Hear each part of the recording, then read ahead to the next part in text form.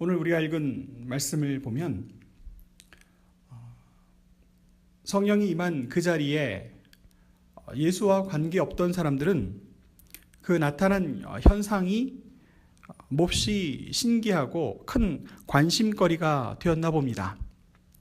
이구동성으로 말하기를 이 어찌 된 일이냐라고 말하는 사람도 있었고, 또 그 현상을 보고 그 자리에서 저들은 새 술에 취하였나 보다라고 조롱하는 사람도 있었습니다.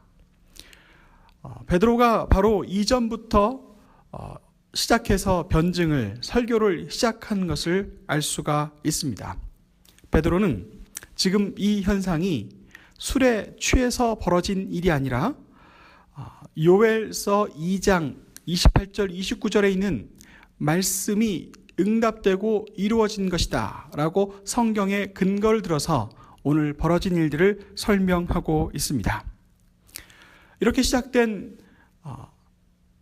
베드로의 설교를 듣고 41절 말씀에 그 말을 받은 사람들은 세례를 받음에 그 수가 3,000이나 되었다라는 결과를 얻었습니다.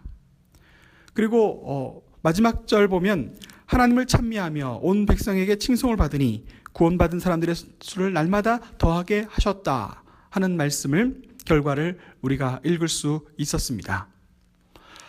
먼저 시작은 사람들의 몰이해와 그리고 그것을 바탕으로 해서 조롱하는 일로 시작하고 있습니다. 어떤 일을 보고 조롱하는 것은 어떻게 보면 최고의 비난이라고 말할 수 있겠습니다. 자기가 맞서 싸워 이길 수 없는 상대에게도 그냥 조롱 한마디, 비웃는 말 한마디면 마치 자기가 그를 능가하고 이겼다라고 생각할 만큼 조롱하는 것과 비웃는 것은 대단히 강력한 것입니다.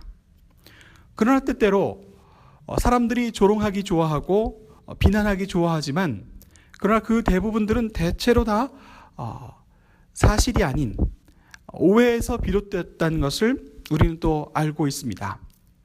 오늘 이 말씀의 시작도 사람들은 도대체 무슨 일이 벌어졌는지 이해하지 못하고, 그리고 어떤 일이 일어났는지 사실대로 알지 못했을 때 그들이 한마디로 그것을 정리해버리는 방법이 바로 조롱하는 거였습니다.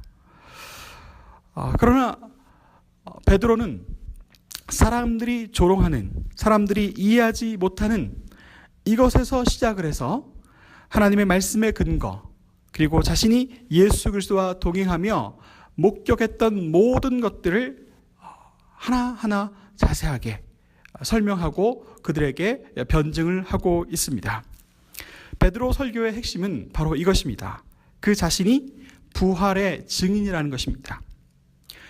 그는 예수 그리스도와 동행하였고 고난을 목격하였고, 그리고 예수께서 십자가에 달려 죽으실 때 그 누구보다도 크게 실망해서 자기의 고향으로 돌아갔던 사람이었으나, 그러나 예수님께서 말씀하신 그대로 예수님께서 부활하셨고 자기를 만나주셨고 그리고 자기와 함께 하셨다는 이 놀라운 감격을 가지고 있는 베드로가 당당하게 많은 사람들 앞에서 부활의 증인으로서 이 세상의 온전한 진리가 무엇인지 설교하고 선포할 수 있었던 것입니다.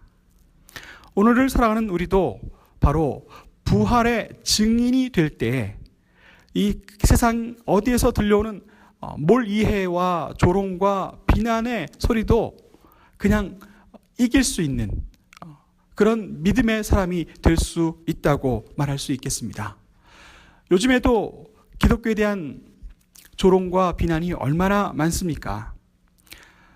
그러나 그 조롱과 비난을 자세히 들어보면 대체로 우리가 잘못해서 비난받을 만한 것도 있고, 그리고 그들이 우리를 잘 알지 못해서 오해하고 있어서 조롱하고 비난하고 있다는 것을 알게 됩니다. 이런 일들은 늘 있어 왔습니다. 초대교회에서도 많은 사람들이 성찬에 대해서 오해했는데, 성찬에 대해서 무엇이라 오해했냐면 저들이 비밀스럽게 모여서 어린아이의 살과 피를 나누어 먹는다라는 오해를 하고 있었습니다. 그러나 그 모든 오해와 근거 없는 조롱들은 진리 앞에서 사라지는 안개와 같은 것이 됩니다. 그 비결은 바로 살아있는 부활의 증인, 그리고 그 입에서 나오는 담대한 선포, 이 모든 것들이 다 그 모든 것들을 몰아낼 수 있다는 것을 우리는 보게 됩니다. 오늘날 우리에게 쇄도하고 있는 이 비난과 이 세상 사람들의 조롱을 우리가 어떻게 이길 수 있을까요? 오늘 47절 말씀의 마지막 보면 하나님을 찬미하며 온 백성에게 칭송을 받고 있다. 그래서 날마다 구원받는 사람들이 더하여지고 있다 하는 기록을 읽고 있습니다.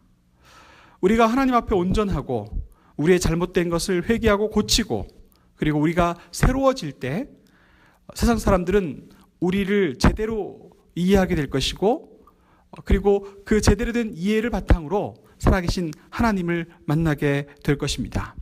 오늘도 이 역사가 우리에게 있기를 간절히 축원합니다.